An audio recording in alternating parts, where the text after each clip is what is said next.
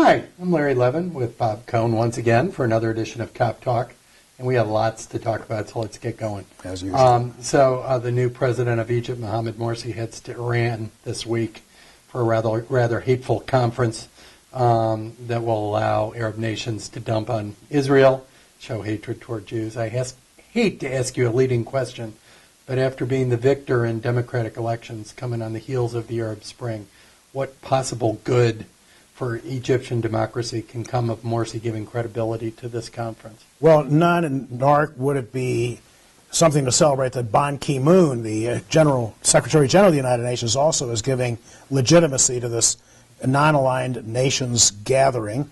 At one time, that was a respectable alternative between the First World and Second World. Right.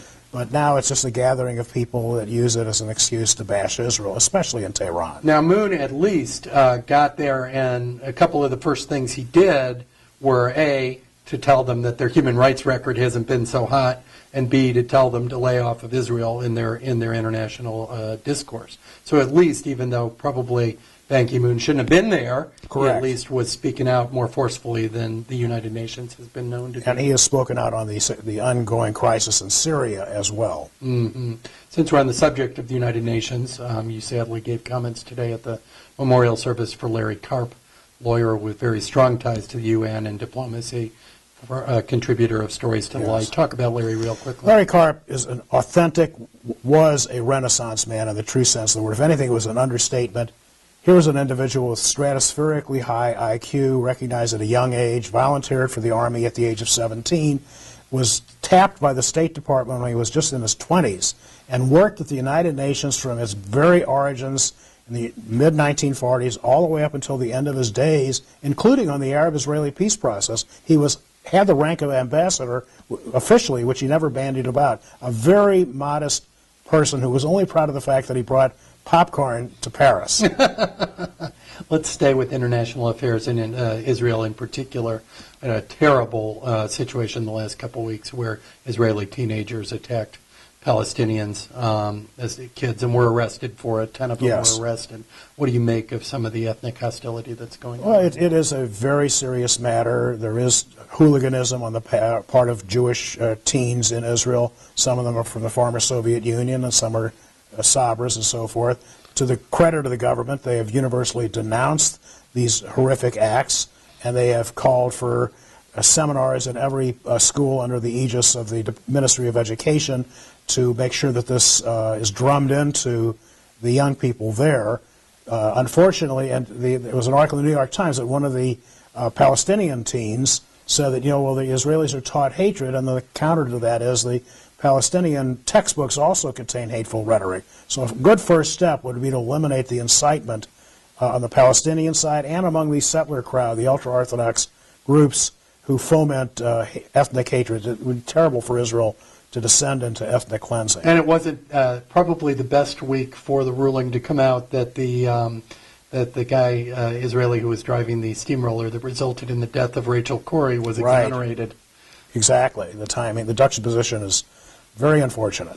We also have a dismantlement of one of the settlements in the West Bank per order of the Supreme Court. Talk about that a little bit. Well, it's a very positive thing that the Supreme Court has ruled and that the government is carrying out a dismantlement of a settlement in areas that clearly are beyond what Israel could legitimately claim as disputed land.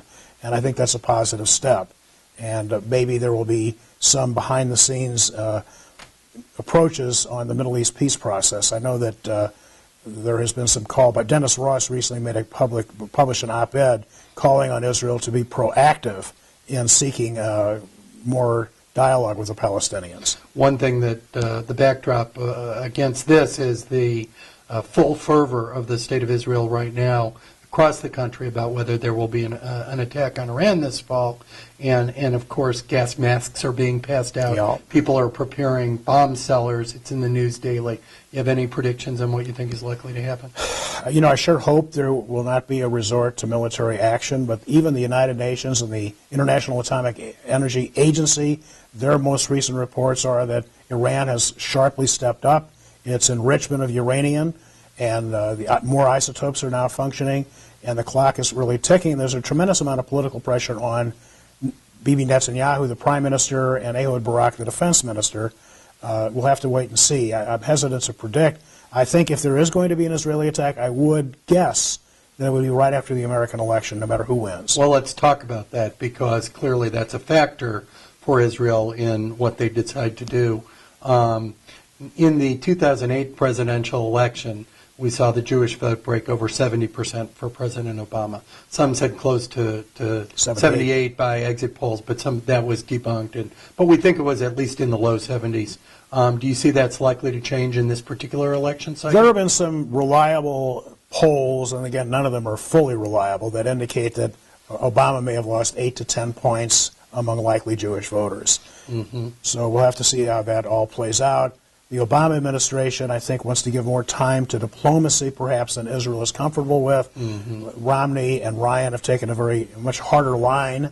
On the other hand, they're not in office yet, and sometimes once someone is in office, the practicalities of ruling differ from the adventures of campaigning. That's true, and as we heard David Minkowski say in the spring here, the United States, looking at it from the perspective of a country with a lot more oomph to their defense forces, may be willing to stretch it out a little longer than Israel. Exactly. So we have, interestingly, our own local election among two Jewish candidates with an interesting twist: Stacey Newman and Susan Carlson. Very interesting. One vote outcome. And now the Board of Election Commissioners went to the court and said, hey, over 100 voters didn't get to cast their ballot for that particular state representative district because they were given the wrong ballot. What are your thoughts about the way this has been handled? Well, I hope there is a runoff election, because there are sufficient number. It's now been announced there's going to be. For sure, that was a just decision.